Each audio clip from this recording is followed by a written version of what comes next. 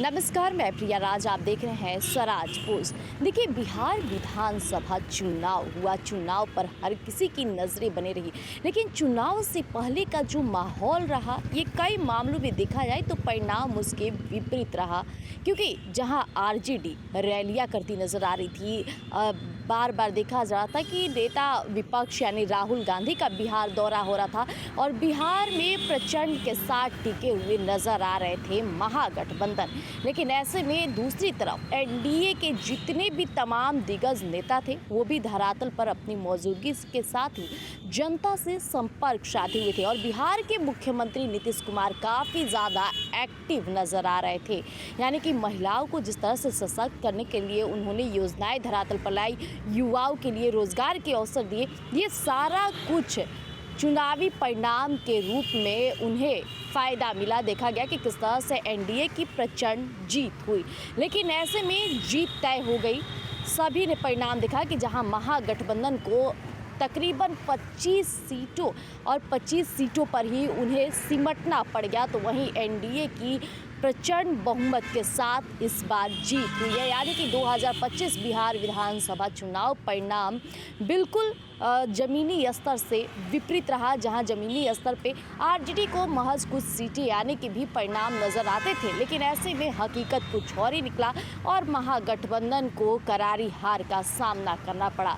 लेकिन इसी बीच देखा गया कि जहां एनडीए के तमाम दिग्गज नेता पदभार कर रहे हैं और पदभार के दौरान वो अपने विभाग की सशक्तिकरण और विभाग को किस तरह से और मजबूत करना है उसकी बातें करते नजर आए, तो दूसरी तरफ राबड़ी आवाज़ खाली करने का नोटिस भवन निर्माण के तरफ से सामने आ गया, जिसके बाद से महागठबंधन यानी कि विपक्ष में अब खलबली मची हुई है। अब विपक्ष आरोप लगा रहे हैं कि बीजेपी के जो नेता है, बीजेपी है, वो बिहार के मुख्यमंत्री नीतीश कुमार पर दबाव डाल रहे हैं। ऐसे में राबड़ी आवाज़ खाली करने के पीछे लोग कह रहे हैं कि वो दशकों से वहाँ रहती थी। ऐसे में ये आवाज़ खाली किया जाए तो विपक्ष के अंदर ये खलबली ही नहीं मची है, बल्कि उनका कहना है कि ये एक चाल भी है। लेकिन दूसरी तरफ देखा गया कि जहाँ अभी लालू परिवार में तमाम झगड़े हो रहे थे, चाहे तेज प्रताप यादव को पार्टी से निष्कासित कर दिया गया, वहीं रोहिणी आचार्य इन दिनों काफ़ी गुस्से में रही, सोशल मीडिया पर लगातार प्रतिक्रियाएं आती रही। लेकिन एक बात गौर फरमाने वाली है कि जहां राबड़ी आवाज़ को खाली करने का ये नोटिस आया है, ऐसे में तमाम वीडियोज़ और बयान इस तरह से भी समक्ष आ रहे हैं कि आवाज़ नहीं खाली करेंगे। लेकिन एनडीए का मानना है कि आप कोई भी हो, लेकिन आवाज़ खाली करना ही पड़ेगा, क्योंकि वो नोटिस भवन निर्माण की तरफ से गया है, चाहे आप उस आवास में 1 साल रहें या 10 साल रहे हो।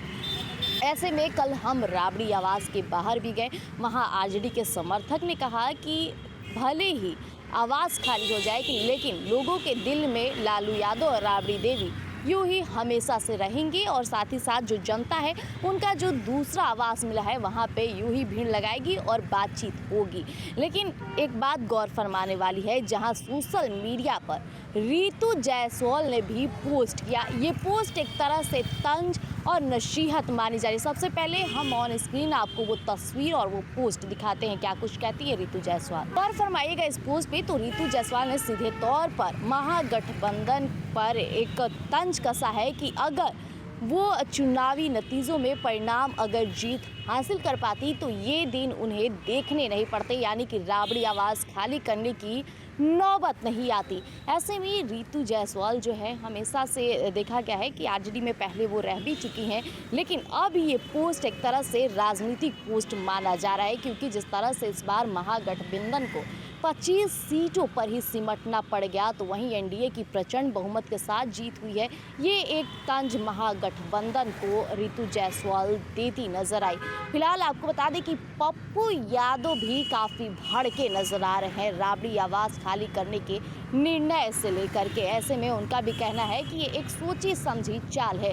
लेकिन दूसरी तरफ एनडीए बार बार कह रहे हैं कि ये कोई चाल नहीं, बल्कि जो भवन निर्माण का आदेश है, नोटिस है, उसके तहत हर किसी को गुजरना ही होगा और जो नोटिस है उसका पालन करना अनिवार्य है। क्योंकि देखा भी जा रहा है कि एक तरफ जहां गृह विभाग अब सम्राट चौधरी को मिला है, तो लॉ एंड ऑर्डर भी मजबूत हो गई है, वहीं जिन्हें जो विभाग मिला है वो पूरी निष्ठा के साथ अपना कर्तव्य का पालन करें। तो फिलहाल आगे क्या कुछ प्रतिक्रियाएं निकलकर सामने आएगी, यूही स्वराज पोस्ट पर अपडेट करेंगे। बने रहिएगा हमारे साथ। धन्यवाद।